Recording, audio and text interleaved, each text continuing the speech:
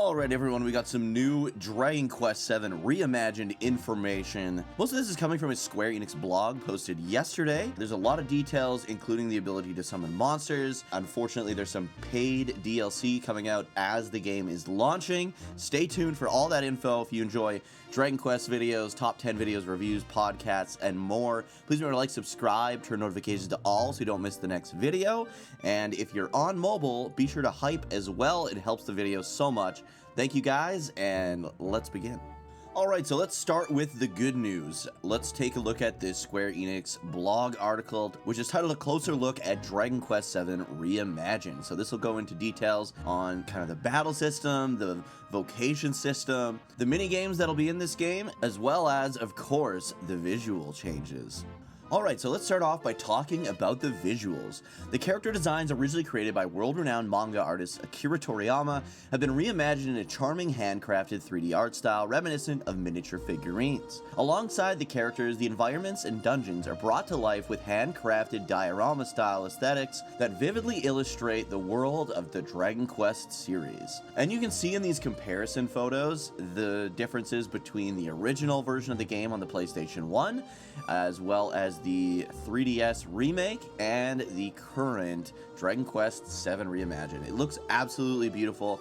A part of me wishes that they actually did it as a diorama, kind of similar to Sakaguchi and Mistwalker's Fantasian, but this kind of pseudo-diorama vibe suits it really, really well. Towns and environments have also been reimagined with diorama-like CG that delivers intricate detail while preserving the warm, cozy atmosphere. And here you got the scene between the giant sea beast. I don't want to spoil anything, but it shows again the original PlayStation version where the giant sea beast looks like a deep-fried dog. And then in the 3DS version, it's got its kind of iconic look from the cutscenes in the PS1 version. And then, of course, the newly realized Dragon Quest VII Reimagined version, where it looks absolutely fantastic. You will notice that anytime they show screenshots or footage of the pedestals, there's only like 2 pedestals per element in the room, and then there's that one in the background. My guess is to help simplify it, you're only going to get access to the pedestals that you could have possibly found tablets for. That'll kind of help streamline the search for the tablets, so you're not constantly backtracking and looking all over the multiple kind of worlds you have access to for these tablets. I think that'll help out a bit. I do think we are going to have access to all the areas that we had in the previous versions. And then there's some screenshots posted showing the character stats as well as the 2 job classes that are currently equipped to the hero, aka Oster. And it's also showing off the snazzy new interface, which looks absolutely wonderful in my opinion. As far as confirmed minigames, we've got a battle arena, which is new as far as I know. I don't remember there being a battle arena in the previous versions. I think there may have been like a monster arena that you could bet on. I'm not even sure if that was in there, but yeah, there is a battle arena, which is pretty sweet. The battle arena will let you face off against a number of formidable foes.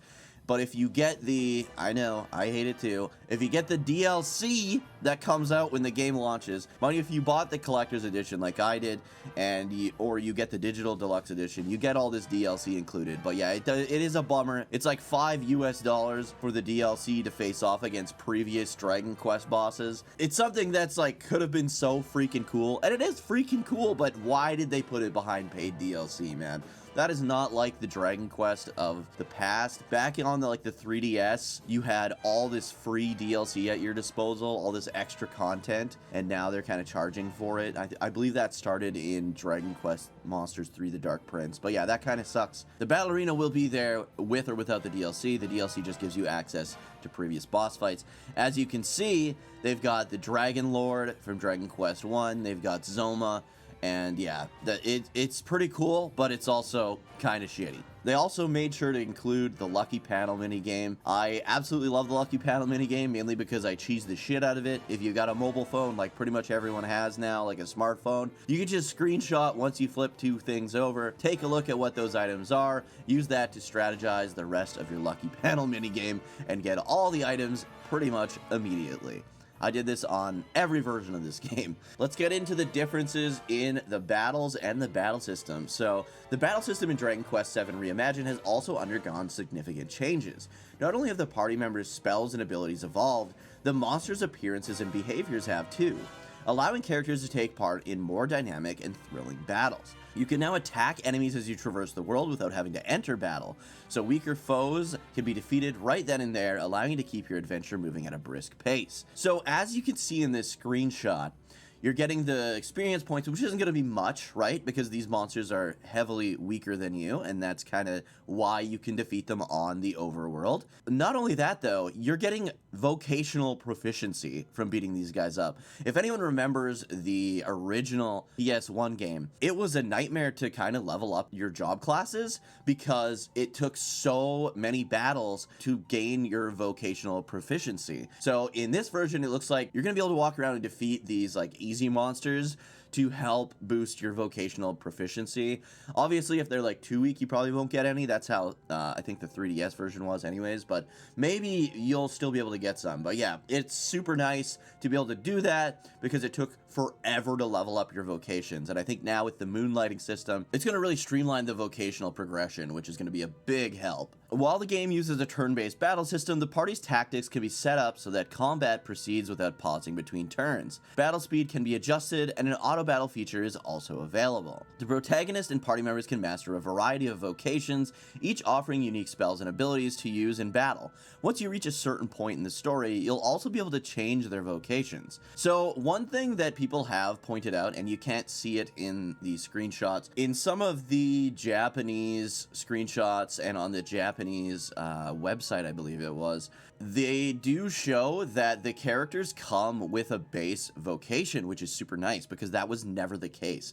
You just had your level and nobody had like a vocation until you got to All Trades Abbey, which is pretty far into the game. Like it's quite a few hours before you get access to vocations in Dragon Quest VII, so just keep that in mind. They might streamline that and get that access to you a little bit earlier, which would kind of be nice, but story-wise it did make sense why it came so late in the game. Anyways, all the characters are going to have their own base vocation, so you will be able to gain those extra abilities that their vocations would have before you get access to vocations, which is really nice. Let's go back to that screenshot showing the experience points received, the vocational proficiency increased, and the gold acquired from beating up weak enemies. You'll notice on the top left part of the screen, there appear to be some kind of hotkeys. So you got the flying carpet there at the top.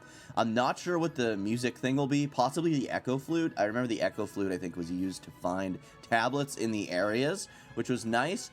And then the other two I don't quite remember. Maybe the one on the left is the heal all option. Not too sure what that bottom one is. It's been quite a while since I played Dragon Quest VII. The last time I played it was the 3DS remake, which was probably around 10 years ago, I want to say. Then it kind of goes into the moonlighting feature. Moonlighting allows characters to have two vocations at once.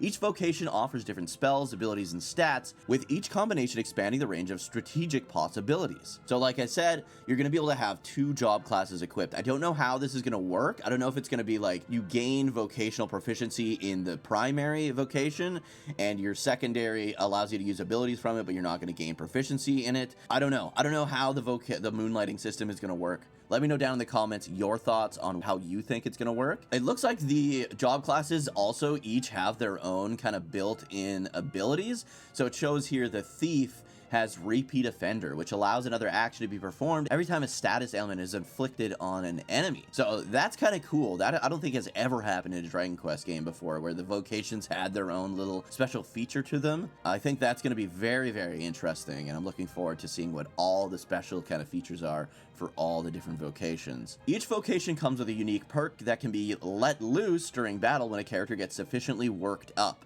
These vocational perks are extremely powerful and can dramatically turn the tide of battle in your favor when activated in a pinch. Once a character has become fully worked up, they can let loose their vocation's perk.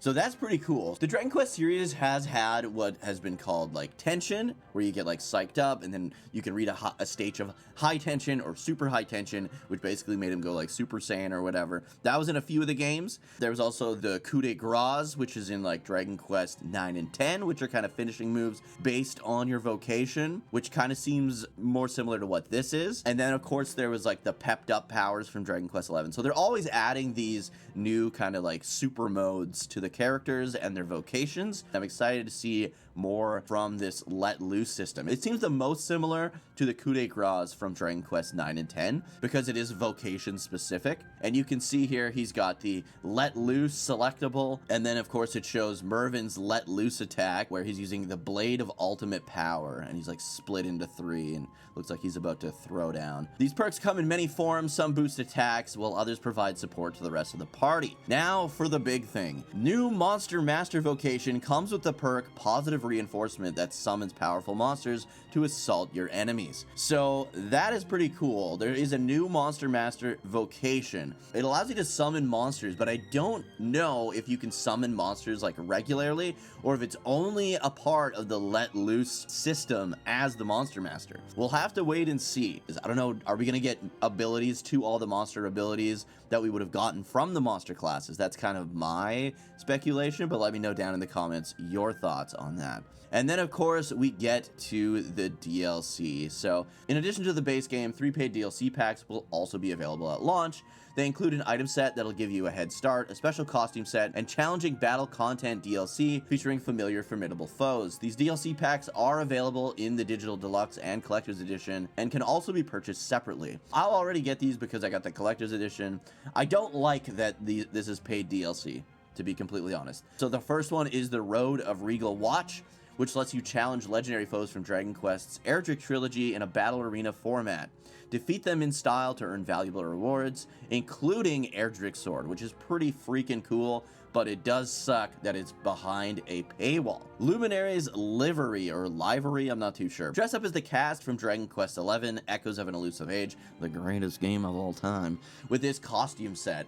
Change into memorable outfits from the party section of the in-game menu to sport a variety of new looks. All the different characters have their outfits from Dragon Quest XI, which is kind of cool, but sucks it's behind a paywall. Jam-packed swag bag. So this one is definitely the most useless of all of them, but it is weird because there are monster hearts. So jam-packed swag bag has a set of items featuring adorable slime-themed equipment, accessories that boost experience in gold, and useful consumable items. Perfect for giving your adventure a head start. And then it goes on to list the items available in the DLC. Now, I usually recommend not even using these because you end up so overpowered at the start of the game, it kind of ruins the experience. But I do notice that 2 of these items are the Metal Slime Heart and the Gold Golem Heart. One grants experience boost and the other grants gold boost. So I'm wondering if you're still going to be able to get monster hearts, but they're just going to give you like temporary boosts or something. I don't know.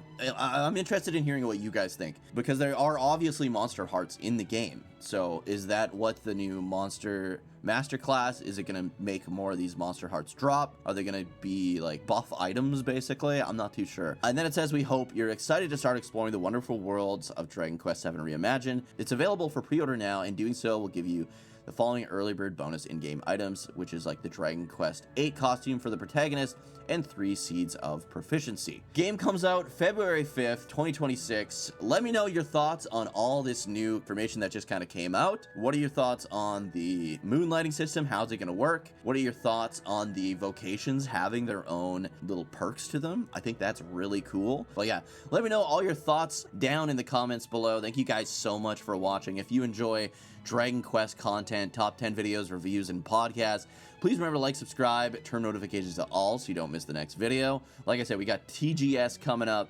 next week, so we're going to have some more information then for you. And if you're on mobile, please remember to hype the video. That helps out so much, and I appreciate the heck out of it. Thank you guys so much for watching, and I'll see you guys in the next one.